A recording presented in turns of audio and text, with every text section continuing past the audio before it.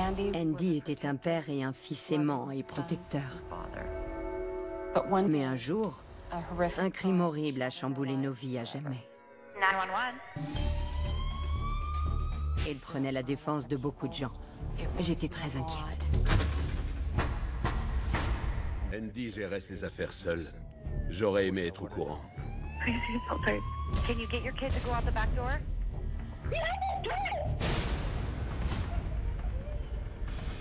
Puis j'ai entendu un coup de feu. Il ne peut pas prétendre être son père. J'aurais jamais cru qu'on puisse faire ça à un inconnu. À la minute où il mourra, je le traînerai en enfer avec moi. C'est sa place.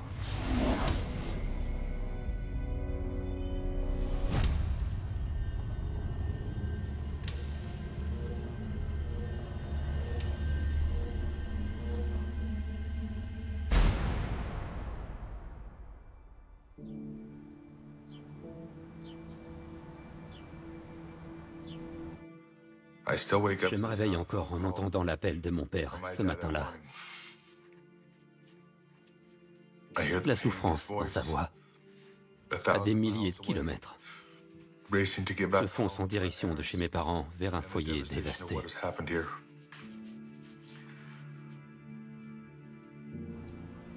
Luc chapitre 6 verset 37. Ne jugez point et vous ne serez point jugés. Ne condamnez point et vous ne serez point condamnés. Absolvez et vous serez absous. Je ne te pardonnerai jamais ce que tu as fait cette nuit-là. J'espère que chaque jour, en te voyant dans le miroir, tu réalises ta folie. Tu as été lâche. Tu resteras un lâche et tu mourras en lâche. Andy était vraiment un bébé magnifique. C'était un enfant tellement facile à vivre. C'était notre cadet. L'aîné, Merle, avait 10 mois et demi de plus. Et Derek est notre Benjamin. Derek est né 3 ans après Andy. Ils avaient les mêmes amis. Il y avait toujours plein d'enfants à la maison. Durant leur enfance, ils se disputaient, puis redevenaient les meilleurs amis l'instant d'après. Ils étaient très proches. Andy était protecteur. C'était un bon gamin. Andy avait 15 ans quand il a eu Alex. Il travaillait dans une sandwicherie quand Alex est né. Ils ont évoqué le mariage, mais ils étaient trop jeunes. Ils ont fait leur vie chacun de leur côté. Alex s'est avéré être un sacré gamin lui aussi. De mes 3 ans à mes 6 ans environ, j'habitais ici avec mes grands-parents. Mon père vivait ici aussi. Je me souviens, je jouais avec lui dans le jardin, on jouait au foot. Enfin, je courais surtout partout en essayant de garder le ballon. Quand j'ai eu 10 ou 11 ans, j'ai commencé à moins le voir. Une fois par mois, un truc comme ça. On a commencé à beaucoup s'éloigner. Quand j'ai eu 18 ans, ça faisait longtemps qu'on n'avait pas parlé. Peut-être 3 mois. Il a toujours fait l'effort de venir. Le jour de mes 18 ans, j'attendais un texto de sa part, ou qu'il passe me chercher. Mais j'ai rien eu. Je me sentais assez frustré. Donc quand il a voulu me recontacter, je l'ai ignoré.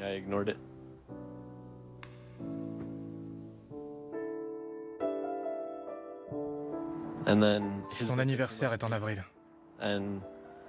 Les années d'avant, vers minuit, je lui envoyais toujours un texto pour lui souhaiter. Je lui en voulais tellement de ne pas m'avoir écrit. J'ai dû taper puis effacer mon message. Au moins 4 ou 5 fois ce jour-là.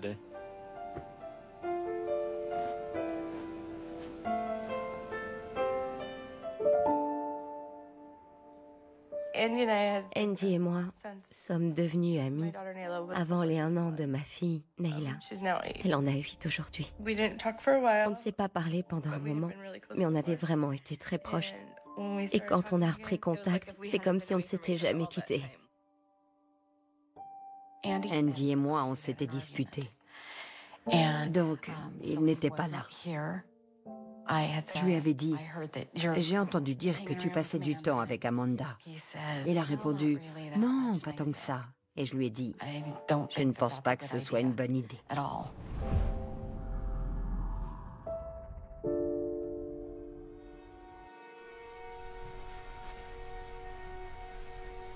Il était rassurant et je l'étais pour lui. Il savait que j'allais mal. D'après un simple texto, il savait que ça n'allait pas. Et vice-versa, on avait une certaine... Notre amitié était fondée sur une connexion forte. Il prenait de mes nouvelles au travail. Il était inquiet parce qu'il savait que mon mari et moi avions des problèmes conjugaux. Philippe et moi, on s'est mariés 10 ans après nos fiançailles. On avait une maison à nous, on travaillait. Puis ma mère est tombée malade d'un cancer. Cet événement m'a complètement détruite. On a rompu nos fiançailles. Je n'ai plus entendu parler de lui. J'ai eu d'autres enfants, et quand je l'ai retrouvé 10 ans après, je me suis dit, peut-être que cette fois-ci, c'est la bonne. Il emmenait souvent les enfants pêcher ou chasser. Il aimait chasser. Je n'ai jamais trop compris. Mon père chassait, mais c'est pas trop mon truc. Il a transmis sa passion à mon fils. J'aimais pas trop qu'il ait une arme. Elle était toujours sur lui ou sur la table de nuit. Ça me plaisait pas qu'il n'y ait pas de grande sûreté. J'avais des enfants en bas âge. Il les nettoyait souvent et elles n'étaient pas dans un coffre. J'imaginais ce que feraient mes enfants s'ils tombaient dessus. Ça aurait pu arriver un jour, par accident. Les enfants l'adoraient. Je dis ça parce qu'ensuite, je suis tombée enceinte, puis j'ai accouché de Michaela. Philippe était différent, et mes enfants l'ont remarqué.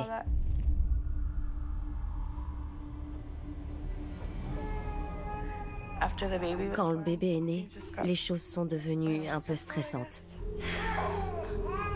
Andy m'a toujours aidée.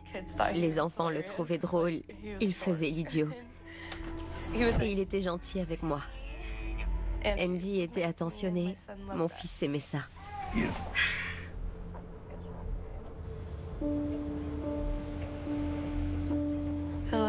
Philippe traînait toujours après le boulot. Au début, ça me dérangeait pas. Mais je préparais le dîner et on mangeait pas avant qu'il rentre. Il allait boire au bar. J'ai rien contre, il travaillait dur. Il méritait un verre après le boulot, aucun problème là-dessus. Mais il a commencé à mentir. Puis quand il rentrait, il a commencé à faire des trucs méchants. Il n'avait jamais été méchant. Il est rentré tard un soir, j'étais déjà couchée. Il a attrapé ma jambe et m'a fait mal. Puis il m'a regardée et m'a dit « Et je suis même pas bourrée, alors t'en déduis quoi ?» Il me regardait bizarrement. Ça lui ressemblait pas.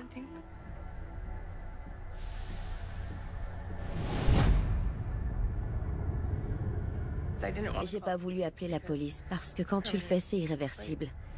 Je me disais qu'on devait trouver une solution ensemble, réparer les choses. Mes parents étaient ensemble depuis le lycée. C'était mon idée du mariage. Vous savez, on n'abandonne pas. C'est pour la vie. Mais ça n'a fait qu'empirer après ça. J'ai appelé la police. Puis je me suis dit, non, en fait ça va. J'ai dit à la police que ça allait. Puis ils m'ont rappelé pour me donner l'adresse du palais de justice. J'y suis allée pour faire les papiers de la mesure d'éloignement.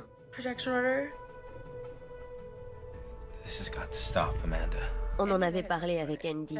Je ne savais pas trop quoi faire. Il m'a dit, tu devrais le faire. J'ignorais beaucoup de choses car il ne vivait pas ici. Mais toi, tu l'as eu par téléphone. Qui ça? Andy. Oui. Oui. Andy gérait ses affaires seul.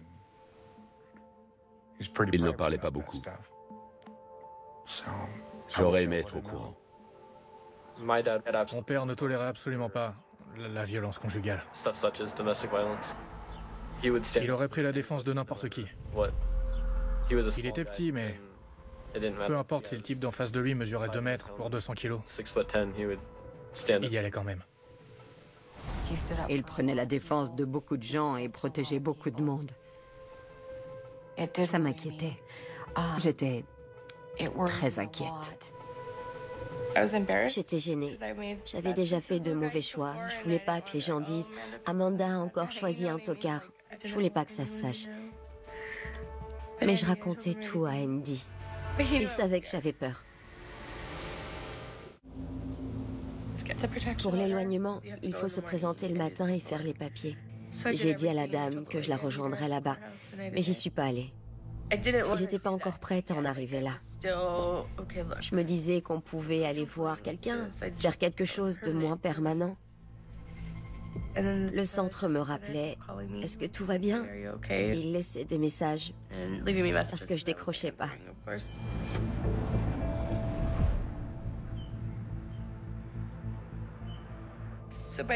À ce moment-là, Philippe vivait plus à la maison avec nous depuis 1 mois. Je l'ai pas dit explicitement, mais j'avais peur de rester seule et Andy l'a vu. Philippe m'a jamais appelé après son départ. Rien du tout. Je l'ai appelé, je lui ai écrit, sans réponse. Il y avait cette fête au Kingdom Hall, prévue depuis des mois. C'est un gros événement annuel pour les témoins de Jéhovah. Philippe m'a invitée. J'étais surprise. Il m'a dit « On pourra parler après dîner ». Je voulais y aller pour arranger les choses, même si je partage pas ses croyances. Je suis allée à l'église chrétienne. Je pensais que c'était pareil. Mais en tout cas, là où il allait, c'était pas pareil. J'en ai parlé à Andy. Je savais pas si je devais y aller. Il m'a dit « Oui, essaie, vas-y ». Il était vraiment très encourageant, même s'il était inquiet pour moi. Mais j'avais espoir. On y est donc allé, puis on est allé dîner ensuite. Philippe était toujours méchant. J'ai pleuré pendant tout le repas, devant tout le monde. Il était gentil et doux au Kingdom Hall. Puis, au restaurant, c'était quelqu'un d'autre. Quand il m'a ramenée, on est entré. Je me souviens, il me hurlait dessus. Puis, il a fini par partir. J'ai appelé Andy qui s'inquiétait pour moi. Il m'a dit « J'arrive ». Philippe est parti par là et Andy arrivait comme ça. J'ignore s'il a vu la voiture d'Andy en partant. Et puis, c'était le matin de Pâques. Philippe est venu à la maison. Il avait vu la voiture. Alors il m'a demandé à qui elle appartenait. Je voulais pas que Philippe s'imagine des choses parce qu'il n'y avait rien. On était juste amis. Mais comme il avait déjà son avis, ça lui a semblé louche.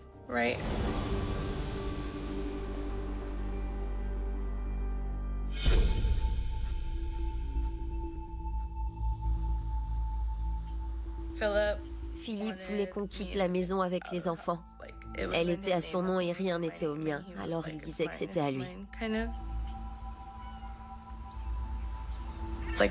Je savais pas par où commencer.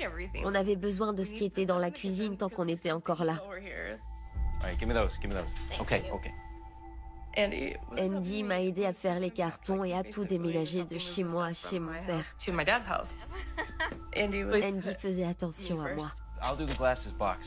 Il avait dit qu'il allait l'aider à déménager. Ça ne m'enchantait pas vraiment. Mais je ne savais alors rien au sujet de son ex-mari, ni sur elle. Je ne savais rien de tout ça.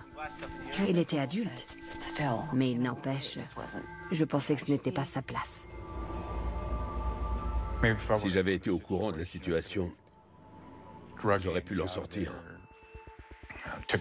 J'aurais pu l'emmener boire une bière pour le tenir à l'écart. J'aurais vendu mon âme au diable pour être à sa place.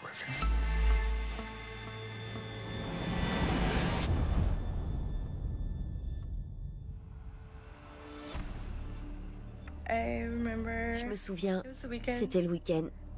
Victoria était chez sa tante et Naila chez ma grand-mère. Andy était restée à la maison pendant qu'on faisait les courses. On a mangé des donuts. Isaac et Michaela étaient dans leur chambre.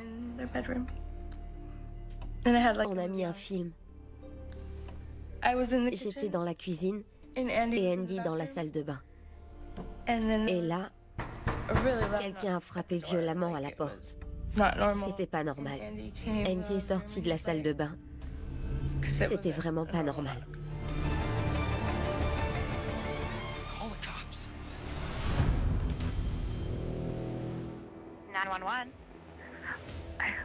My husband's outside of my house and he's been abusing me and he's outside trying to break through the window. Okay, what's your address? J'ai pris l'appel d'urgence d'une femme. Elle a déclaré que son mari et elle s'étaient séparés et qu'il voulait forcer la porte. He's trying to get in the window right now. Okay. It's me and my kids. Elle m'a dit qu'elle était seule à la maison avec ses 2 enfants. Un bébé et son fils de 10 ans, je crois. I'm getting some help over there. Hurry, he's trying out the window. Hurry. Okay.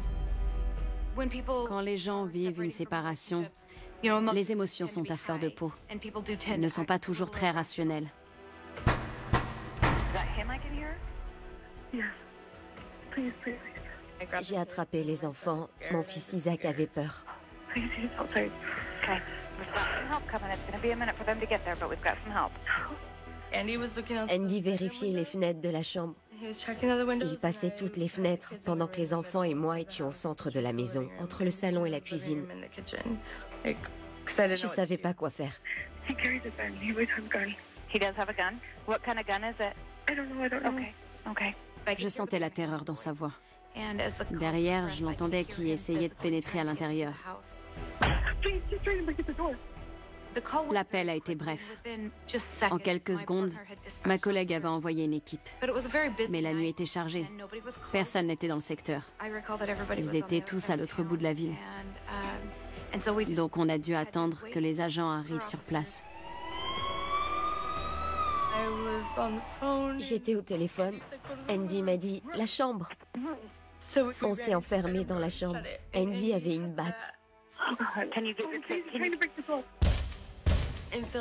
Puis Philippe a cassé la porte d'entrée. They're on their way, Amanda. On nous demande tout le temps pourquoi, quand il y a une urgence, les policiers n'arrivent pas plus vite sur place. Ils font aussi vite que possible.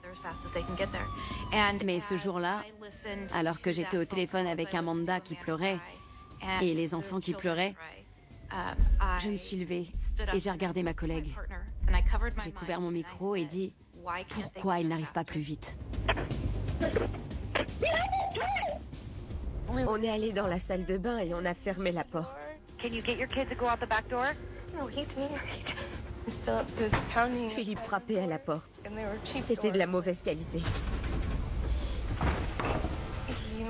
Il est entré dans la chambre.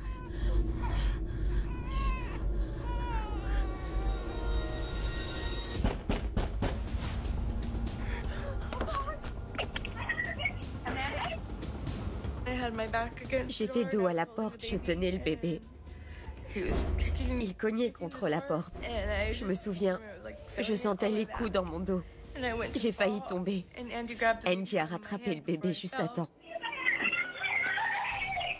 À ce stade, Amanda ne devait plus avoir le téléphone à l'oreille car elle n'entendait plus rien de ce que je lui disais.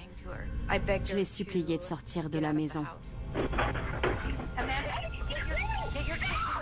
Je m'imaginais la scène à partir de ce qu'Amanda m'avait décrit. Au standard, c'est comme un livre. Le livre est vide. Quand quelqu'un appelle et que je décroche, c'est le premier chapitre. Il y a donc des images et une histoire qui se crée dans ma tête au début de ce livre. Je me disais, les agents vont calmer la situation. Je travaillais ce soir-là. Je bossais dans un resto, donc j'étais épuisé. C'était 8 jours après son anniversaire. Je suis allé à ma voiture et j'ai commencé à taper un texto. Mais je ne l'ai pas envoyé. Donc la dernière fois que je lui ai parlé, c'était pour Noël, environ 4 mois plus tôt. Je rentrais chez moi, il était 22 h. J'ai dû laisser passer des voitures de police et des ambulances. On a dû rester garé 10 ou 15 minutes. Ils étaient nombreux. Sur le coup, j'étais même frustré. Je voulais rentrer chez moi.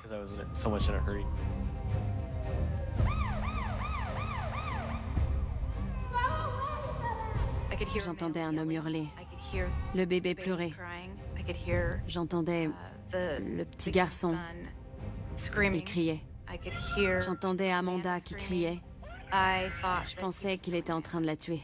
Je me suis dit qu'il était entré et que j'étais en train de l'écouter mourir. Il y avait tous ces cris, ces hurlements. C'était indescriptible. Ça m'a fendu le cœur d'entendre ça. Puis j'ai entendu un coup de feu.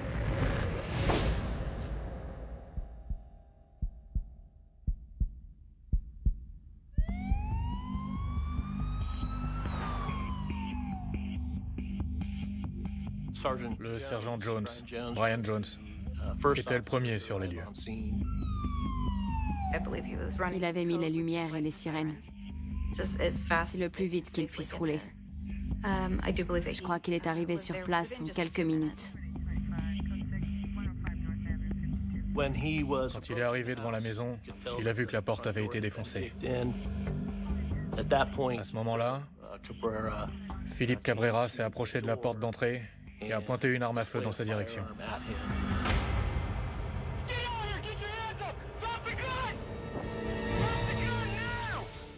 Le sergent Jones a voulu se mettre à couvert. Il a rebroussé chemin vers sa voiture et pendant ce temps, le suspect a ouvert le feu.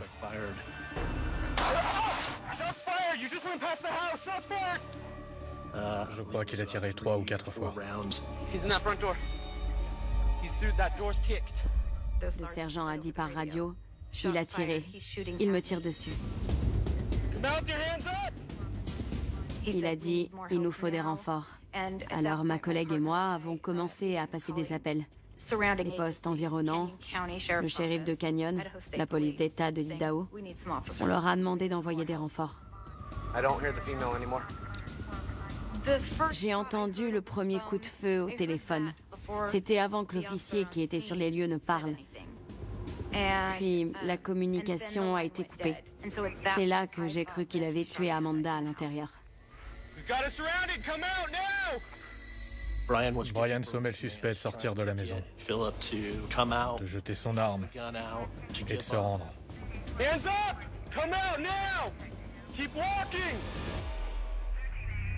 C'est ce qui s'est produit au final.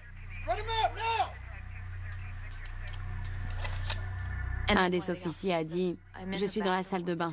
Un homme est mort. » Je me souviens, j'ai regardé ma collègue en disant « Ils ont bien arrêté Philippe. » Elle m'a dit « Oui. » Ils l'ont arrêté. Alors j'ai dit « Qui est-ce alors ?»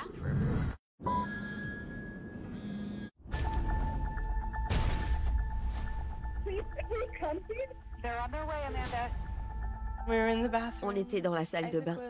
Isaac était derrière moi. C'est là que j'ai vu l'arme. Je me suis mise entre Andy et lui. Je me souviens, Philippe est passé par-dessus, comme ça. Il est passé par-dessus et lui a tiré dans l'estomac. Juste avant, Andy a dit « Il va me tuer ». Je l'entends encore me dire « Il va me tuer ». J'ai attrapé le bébé. Philippe est sorti, puis il est revenu sur ses pas et lui a retiré dessus. C'est là qu'il est tombé. Je crois que c'est là que j'ai entendu la police. J'avais peur. J'ai eu l'impression que ça avait duré des heures. Puis j'ai lu dans les journaux, ça avait duré 5 à 7 minutes. J'arrivais pas à y croire. Ça m'avait paru si long à l'intérieur.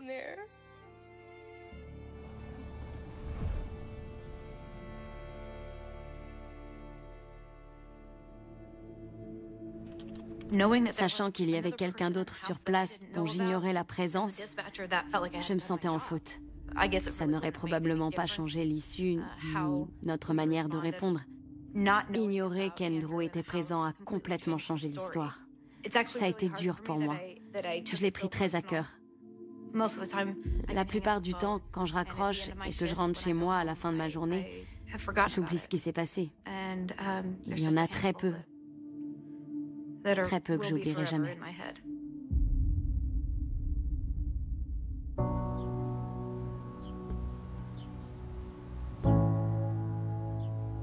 « 6h30 un samedi matin. On était encore au lit. Il a frappé comme seul un flic sait le faire. Il a failli casser la porte. Quand j'ai ouvert, j'ai su qu'un drame s'était produit. Je ne sais pas. Je revis une partie de cette journée chaque jour de ma vie. Il fallait passer des coups de fil, ouvrir la porte à la police, appeler la famille. Je ne veux plus avoir à le refaire. Je me suis levée. Notre chambre est à l'étage. J'ai vu une voiture de police par la fenêtre. J'ai tout de suite su. Les deux autres vivaient dans un autre état. Je leur ai dit, « Qu'est-ce qui s'est passé? Dites-le-moi. » Ils ont dit qu'on lui avait tiré dessus. Alors j'ai demandé, « Qui est-ce? On ne le connaît pas. » Et il a dit, « C'est le mari d'Amanda Storms. » J'ai dit, « Dites-lui de ne pas s'approcher de nous. De ne pas s'approcher de moi. »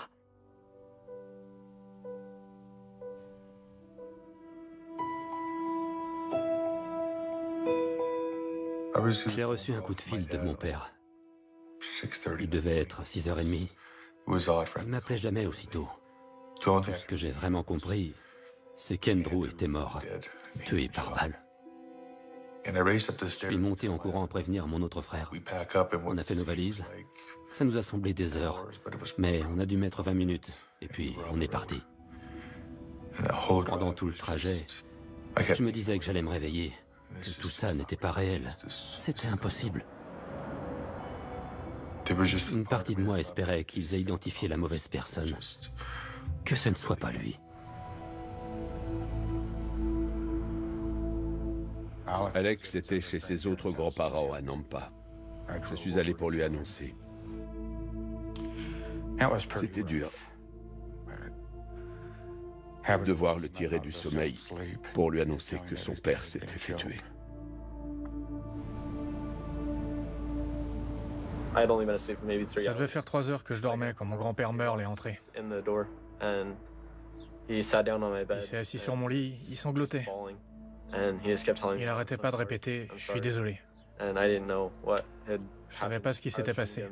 J'essayais de lui demander, mais il est tombé à la renverse sur mon lit, couché de tout son long, bras et jambes en croix. Il m'a dit « Je suis désolé, Alex. Quelqu'un a tiré sur ton père hier soir et il est mort. » Je savais pas comment réagir, j'étais sous le choc, j'y croyais pas. Tout le monde était en colère. J'aurais jamais cru qu'on puisse faire ça à un inconnu. Et encore moins quand la personne tient un bébé d'1 an dans les bras. Ça m'a dégoûté. S'il me laissait seul avec lui, je serais le prochain à finir en prison. Je le battrais à mort. Et croyez-moi, je n'aurais pas de remords moi non plus.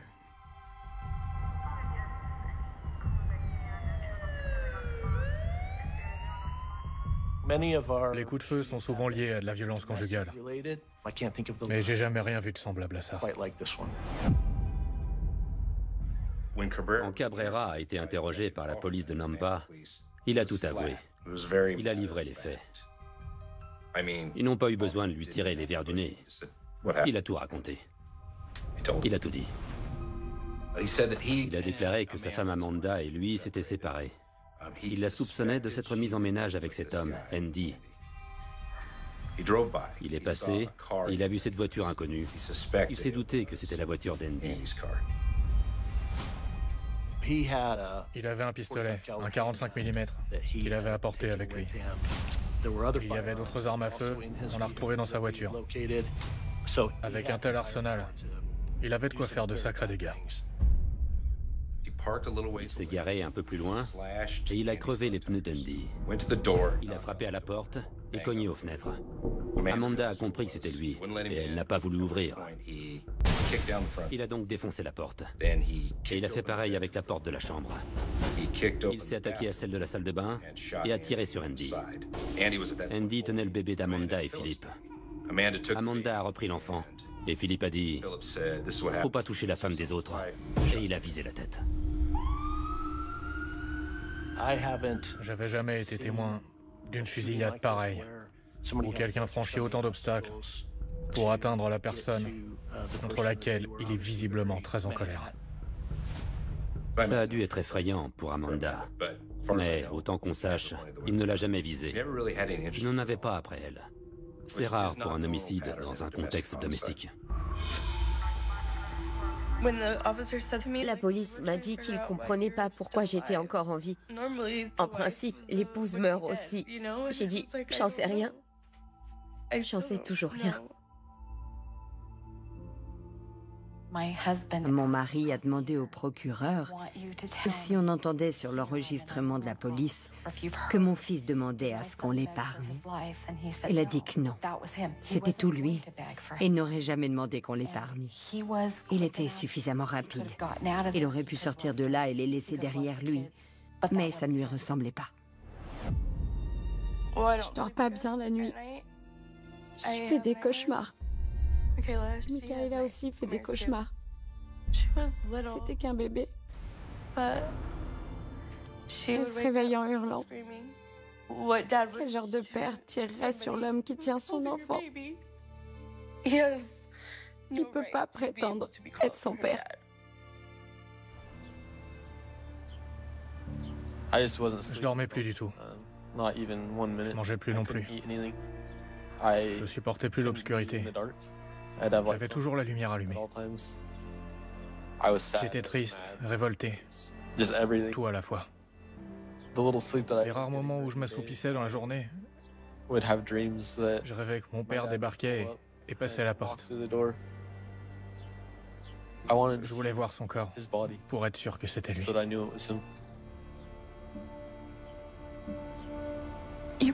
On se dit sans arrêt qu'il y a erreur. C'est quelqu'un d'autre, c'est pas lui. J'ai voulu monter, je me sentais faible. Puis j'ai vu mon mari monter et mes fils. Mon mari s'est effondré par terre, mes fils ont dû aller le relever. Ce n'est qu'à ce moment-là que ça a semblé réel, quand on l'a enfin vu. C'était certainement le moment le plus difficile pour moi. Je suis en colère et triste. Je suis frustrée parce que on avait tellement de choses. J'ai le sentiment que tout ce qui m'était promis m'a été enlevé. Et tout ce que j'avais promis à mes enfants n'est plus là. Il ne l'aurait jamais abandonné. Je suis fier de lui. Andy était loin d'être parfait, mais il ne méritait pas de mourir comme ça.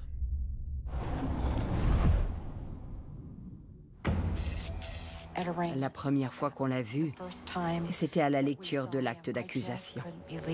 J'y croyais pas, il ressemblait à un monstre.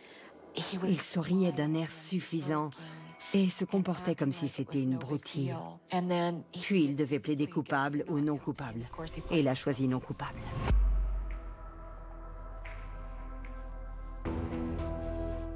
Lorsqu'ils l'ont amené pour l'audience préliminaire, il était toujours enchaîné. Ça m'a fait du bien de le voir enchaîné comme l'animal qu'il est. Et de savoir qu'il ne pourrait pas recommencer.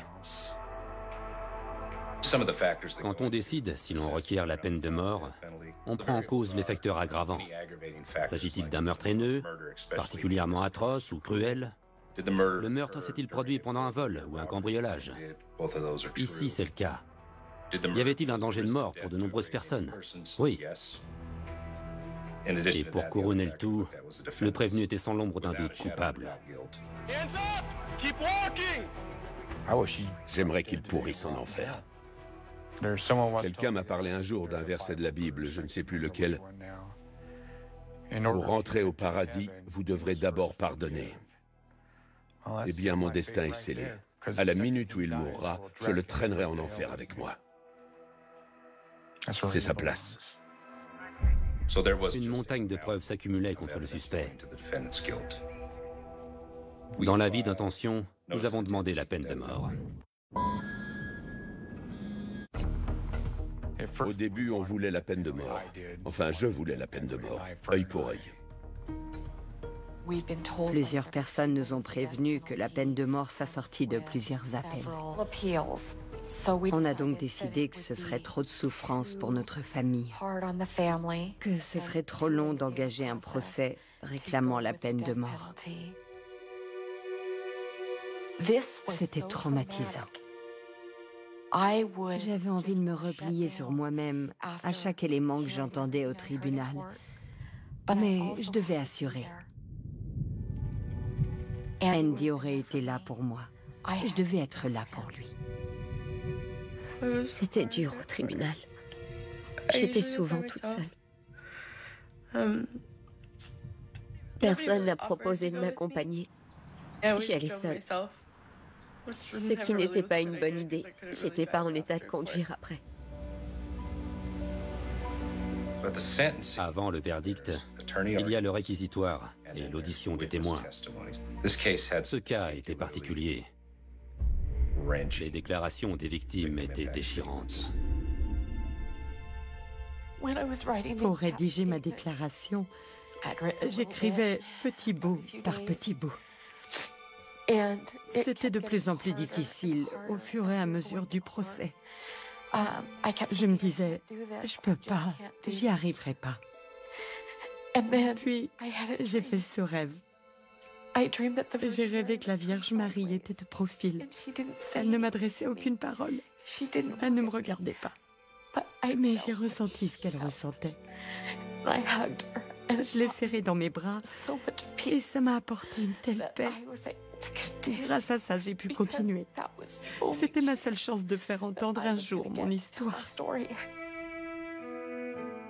Le fils d'Andy se marie dans quelques mois sans son père. Andy ne connaîtra jamais ses petits-enfants. Il aimait profondément Alex et était fier de lui. Alex lui ressemble beaucoup. Cet acte lâche ne brisera jamais ce lien.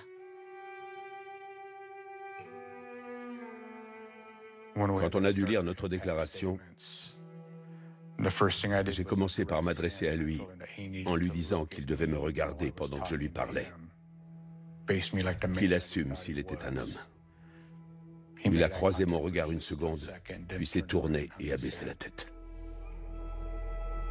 Ses yeux étaient éteints. Ils étaient vides, il n'y avait rien derrière. Il n'avait pas de remords. Non, absolument aucun.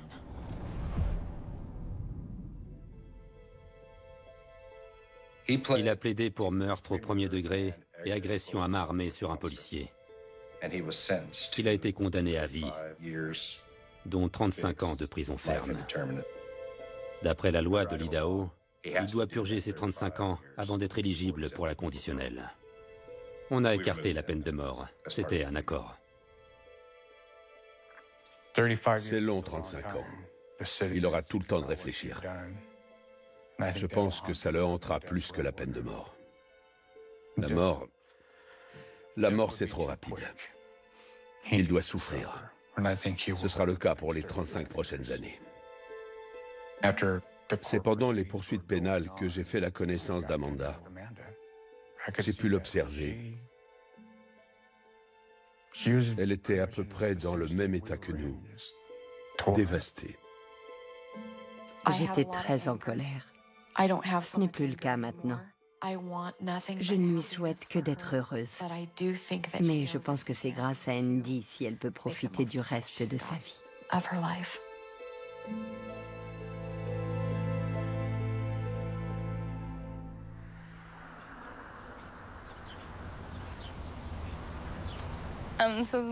Voici Michaela. Elle va avoir 3 ans en juin. C'est le bébé qu'Andy tenait ce soir-là. C'est bien. Ça va? Bien, et vous? Entrez. Merci. Bonjour. Comment ça va? Bien, et vous? Ça va? Tu es fatiguée? Tout va bien. Alors, comment ça se passe? Ça va. Je vais plutôt bien. Je veux te dire, et je veux que tu saches qu'on ne te tient pas responsable. Rien de tout ceci n'est de ta faute. On connaît le coupable. Personne d'autre n'est à blâmer, et je veux vraiment que tu le saches. Tu es d'accord avec moi, n'est-ce pas? Bien sûr. Tu vois, on ne croit rien d'autre que ça. Nous savons ce qui s'est passé et qui est responsable. C'est encore dur pour moi. Je sais qu'Andy ne voudrait pas te voir souffrir comme ça, j'en suis sûre. Je sais. Et il n'y a qu'une solution, c'est d'avancer.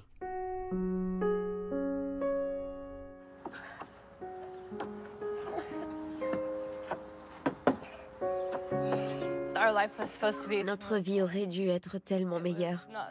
Ça n'aurait pas dû se passer comme ça. J'imagine qu'elle sera curieuse, qu'elle aura plein de questions. Je lui dirai quand elle me demandera, mais je ne lui dirai pas de moi-même. Je pense pas en être capable. Mais je lui dirai quand elle me demandera. Je pense pas pouvoir complètement tourner la page. Mais je m'en rapproche.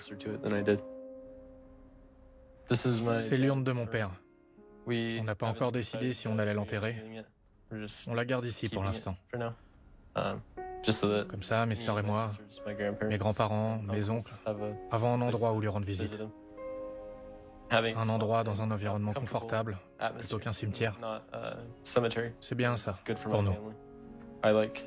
J'aime qu'il soit ici avec nous. Qu'on puisse vraiment toucher l'urne et la regarder. Mon grand-père et lui se disputaient toujours pour savoir qui était la meilleure équipe. Je suis donc surpris qu'ils aient choisi une urne des Redskins. Mon grand-père est d'accord. Chaque fois que je passe devant la commode, je la vois. Ça me rappelle de bons souvenirs. Je me suis marié en décembre 2018. J'ai appris qu'on attendait un enfant le même mois. Ça m'a beaucoup aidé à aller de l'avant. Comme ça, j'ai l'impression que l'avenir a de nouvelles promesses. Je vais avoir ma propre famille. J'ai le sentiment que ça va m'aider. Je vais transmettre le souvenir de mon père. Je sais aussi qu'il ne faut pas considérer la vie comme acquise. Elle peut basculer du jour au lendemain.